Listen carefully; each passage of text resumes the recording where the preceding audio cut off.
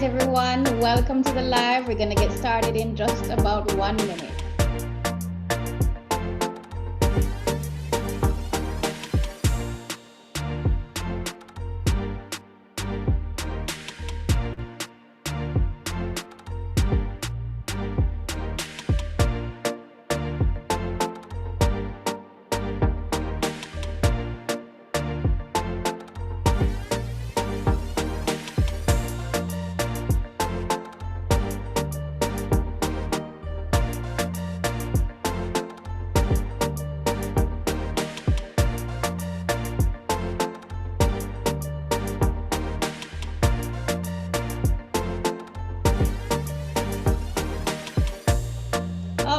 All right. It is 7 p.m. on the dot, and we're about to get started.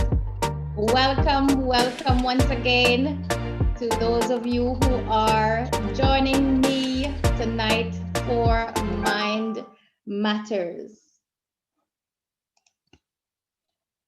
where we will be discussing matters of the mind because the mind matters. I am Alta Marie Elvis, and I want to thank you so much for joining me on this mindset journey. Remember, like, share this video if you are getting, or if you're a returning viewer, just share if you are getting value from the videos that I have been doing. And I'm praying that this is happening because that is my main reason for doing it, because I am going through a mindset journey. I'm going through a mindset change that I'm working on with me. I said, okay, why not allow or put it on live? You know, my button is misbehaving. Give me just a second. Yeah, why not just go ahead and do a Facebook Live, YouTube Live, and because I know I'm not the only person who needs a mindset change, and so here I am doing this live. This is my 13th episode, the third one for the new year. So welcome.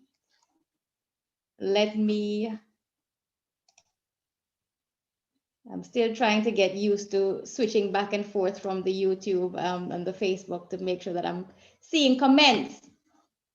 All right. So last week we spoke about fear versus faith, and we talked about the fact that fear is going to constantly be a part of our lives, and if we don't have fear, then more than likely we are not going to grow, because fear comes when we're uncomfortable, and in order for us to grow, we must be uncomfortable. We do not grow in our comfort zones. All right, so share, like, subscribe, and if you're on YouTube, please remember to click that subscribe button and the bell, so that once I share a new video or start a new live, you will be able to see that first. All right, so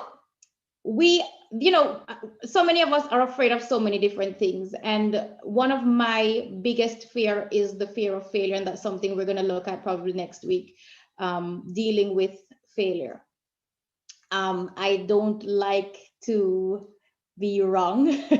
I don't like to lose, so I usually stay away from games, and especially board games if I feel as though I'm going to lose. But that's something I'm working on. I'm becoming a better sportsman. So we're a lot of people, especially now with COVID, a lot of persons are scared of getting sick. They're scared of going in public. And persons are scared of heights, persons are scared of being lonely, persons are scared of not getting married, not having children, persons are scared of having, or are afraid of having financial problems. But faith, fear creates mountains in our lives, and fear creates more to what something is than what it actually is. Because majority of the time when we're fearful of something is because we don't know what that something is. Yes, there's times when we are fearful because of past experience, but majority of the time when we're fearful, it is because we are afraid of the unknown, which means that we are creating these scenarios in our heads, and we are playing through things in our heads. Okay, maybe it will turn out like this, and what if I do this and then this happens, and or what if it's always a what if. So you're not really sure of how things are going to turn out, and because of that you're afraid. But then faith should kick in, because even if you don't know, faith is the substance of things hoped for, the evidence of things not seen. So faith also requires you to trust in the unknown. So you have to have faith should be able to get rid of fear to some extent, or push you through your fear. So when we're fearful, there are usually 3 ways that we can respond to fear. And one of those ways, the three ways that we can respond to fear are, 1, we can avoid them. 2, we can wait for them to magically disappear. Or we can face them and overcome them. Which one is it that you would gravitate to in dealing with our fears, and in facing fears? What is the first thing that comes to your head? Is it fight, let me stay and go through this, or is it flight, let me run away from it? I know for sure that I'm one of those persons. My initial instinct, my first instinct is going to be get away, run away. You don't have to deal with this. There's another way around it. So just run away. Maybe I should move to another country or or something to that effect, just to get away from the problems or the fears that I'm experiencing. What do you do when you face your fears? What is it that initially comes to your head when you are faced with a situation that causes you to fear, whether it's a new job, or whether it's financial issues, or having to speak in public? It's what is your initial response?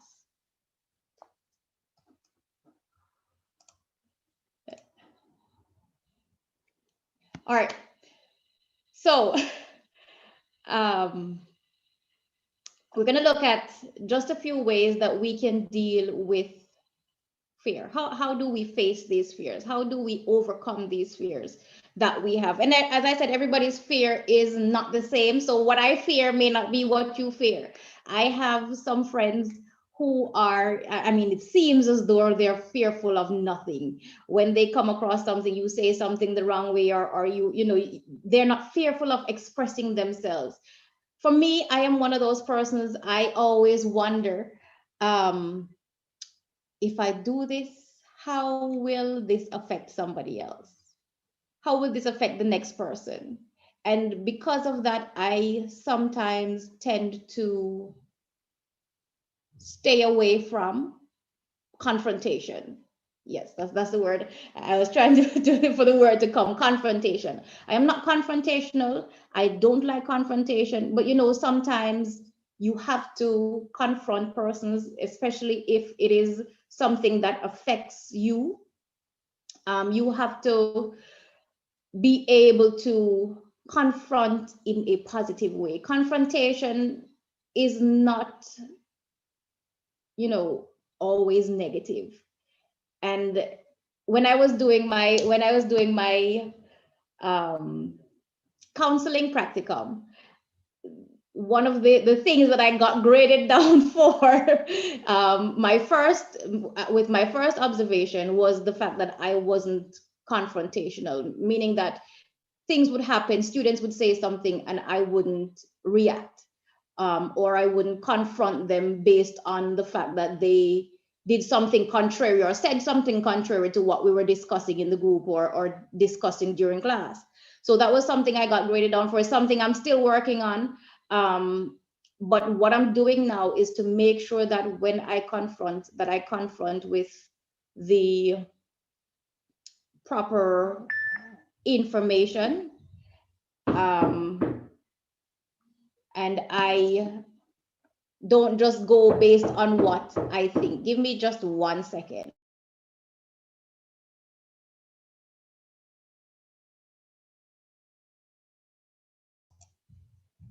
Children. Yes. So let's look at how we can overcome these fears, because in 2 Timothy 1 verse 4, the Bible tells us, for God hath not given us a spirit of fear, but of power and of love and of a sound mind. So how do we do that? How do we overcome these fears? How do we deal with the fears that we face? How do we go ahead and not allow fear to limit us? Because the fear we do not face becomes our limit. Whatever fears we do not face, they become our limitations. So if you decide, okay, I'm not going to speak in public because I'm afraid of it, I'm afraid of speaking. Maybe you are excellent at the English language or whatever language you speak, and maybe you're good at it, but because you are fearful and you think that you are not good or you're not capable of doing it, you limit yourself. So I'm not going to do this because I'm afraid. But let's look at some constructive ways that we can face fear. First, you have to discover the foundation of your fear. What is it that is causing this fear? Is it something that you were told when you were younger? Is it something that maybe is based on an emotion that you're feeling, or you feel unworthy of whatever it is that you're supposed to be doing? What causes this fear? So once you discover what causes this fear, then you're one step closer to facing the fear. Are you afraid because you don't want to fail? Are you afraid because you're wondering what people will think of you if you do certain things? Think about what is it that causes that fear when you're dealing with certain things. What are some of the, think about when do you feel fear? What is it that causes you to feel fear? In what situations are you fearful? And even with doing this live, my first few times, and I'm nervous every time before I start the live, and even sometimes when I'm on, especially when I have guests on, it is a little nerve-wracking for me, but I push through it, and each week I can feel myself becoming less and less fearful. I have less notes when I come on, because now I am, able to express myself more, because I am pushing through my fear of being in the spotlight. I don't like to be in the spotlight. I prefer to be in the background, and this for me is a big step. Doing this live is a big step for me, and my friends will tell you that they're constantly telling me how proud they are of me because they've never heard me talk so much.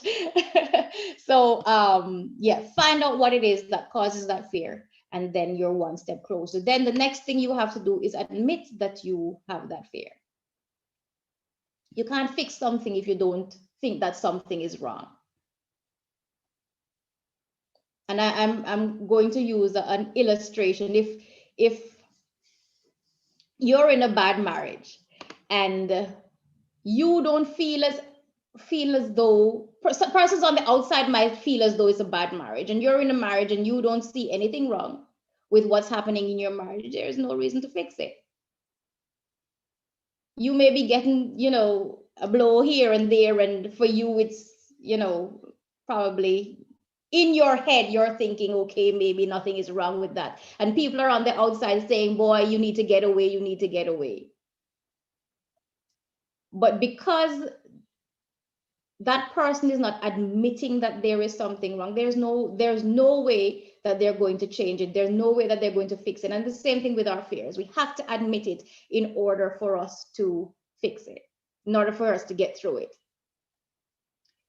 We can never help people by trying to cover up failures. And that's something, as I said, we're going to talk about in our next episode. dealing with failure, failing forward. All right, so you want to admit those fears. The next thing you have to do is accept fear as the price of progress. As I said before, growth does not happen in your comfort zone. You have to step out of your comfort zone. And usually when you're stepping out of your comfort zone, when you're moving away from your comfort zone, there is fear. Because you're unsure of how things are going to turn out. You know, and sometimes we think our ideas aren't the best, or, you know, somebody's idea may be better than ours. And because of that, we are fearful of putting ourselves out there. But you have to accept the fact that fear comes with growth. And the more you do something, the more you step out of your comfort zone, the more confident you get in stepping out of your comfort zone. And when you, and failure, I'm trying not to touch too much on this until next week. But you know, when you step out of your comfort zone and something happens in a way that you didn't intend for it to happen, don't let that hinder you from continuing out of your comfort zone. Don't let that put more fear in you, because nothing is wrong with failure. Absolutely nothing is wrong with failure. And when I say failure, I mean things not working out exactly how you intended for it to work out.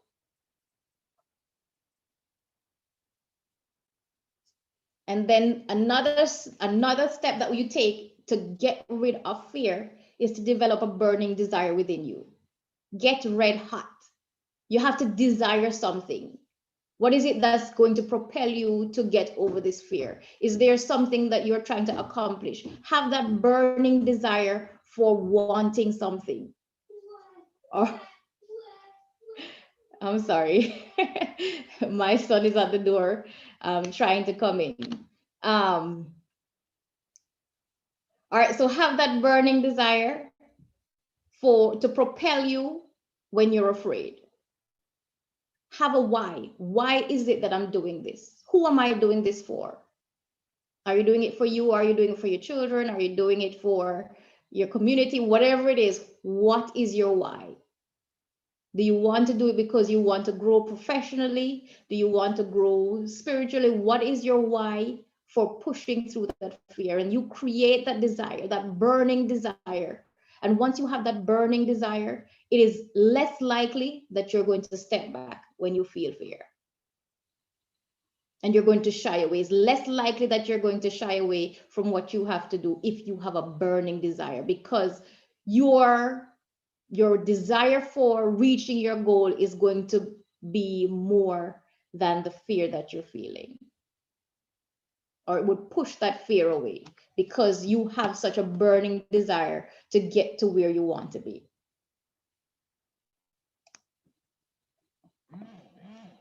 I see Jody said that her first instinct is to fight.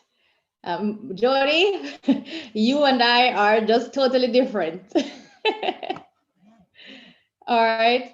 And then what you want to do too is focus on what you can control. A lot of times we are fearful because we cannot control everything.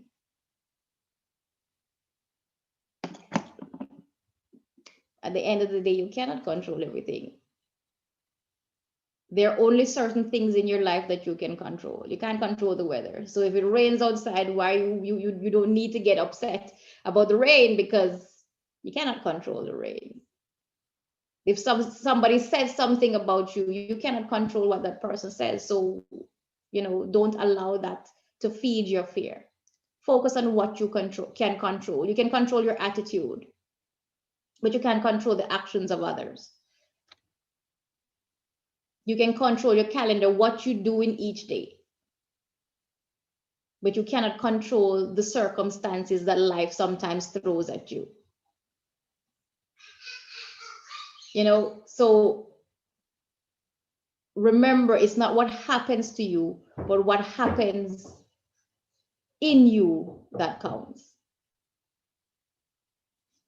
All right. So as you're going through your fear, focus on what it is that you can control. If you're scared of public speaking, you cannot control your audience, but you can control what you say and how you say it and how you react to what people do when you're speaking in public. You can make sure that your speech is flawless, or in your eyes, flawless. So focus on what you can control. And the final one is feed the right emotion and starve the wrong one. What is the right emotion? Courage. All right, so you have both fear and courage inside of you. And the one that you feed, just like fear and faith, the one that you feed, the one that you're constantly doing is the one that is going to be more predominant in your life. So are you feeding your fear or are you feeding your courage? You can't have courage and fear together. Neither can you have fear and faith together. One is going to drive the other one out.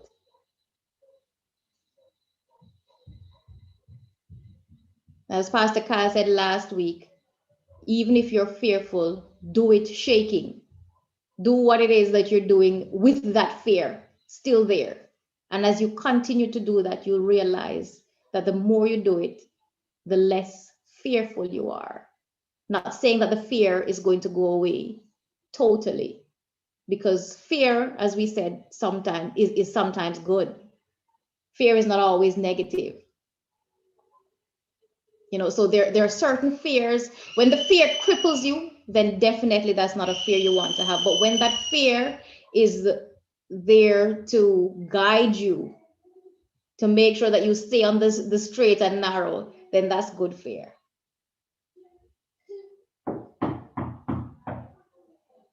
All right. So feed, the one you feed, as I said, becomes the dominant one. And when we feel fear, but we act anyway, we deprive fear of nourishment and we strengthen the impulse of courage inside of us. So you want to starve that fear by acting even when you're fearful, by doing what it is that you set out to do even when you're fearful. Don't procrastinate. Don't wait on the right time, because the right time is never going to come when fear is involved. When you're fearful, the right time is never going to come, because every time the right time comes, you're going to say, oh, it's not the right time. Maybe I should wait until the right time comes. And then it never happens. So feed your courage, focus, and starve your fear by doing something each day that causes you fear. And when I say fear, I don't mean death, terrifying fear, like jumping off a bridge or bungee jumping or anything like that. Find something each day that allows you to step out of your comfort zone. And in doing that, you're going to build that confidence in yourself, and you're going to diminish that fear. You're going to feed that courage. You're going to feed that faith, putting God first in everything that you do. And what gets me with fear and faith is the fact that when we realize that the God that we serve is bigger than anything that we fear, is bigger than anything that we go through, then faith is like automatic. It's like, I have no need to fear, because God controls everything, and anything that happens in my life is allowed by him, because he wants me to step out of my comfort zone. He wants me to grow. And in growing, I have to step out of my comfort zone. I have to be able to face my fears and, move through, knowing that he has my back.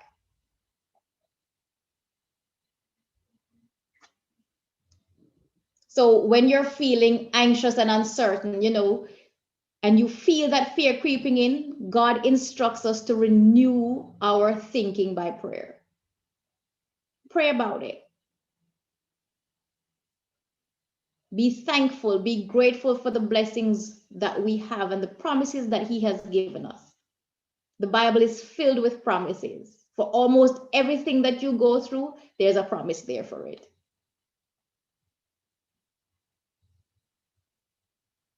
All right, so we have to hold firm to these promises. You have to give that gratitude. You have to each day do something.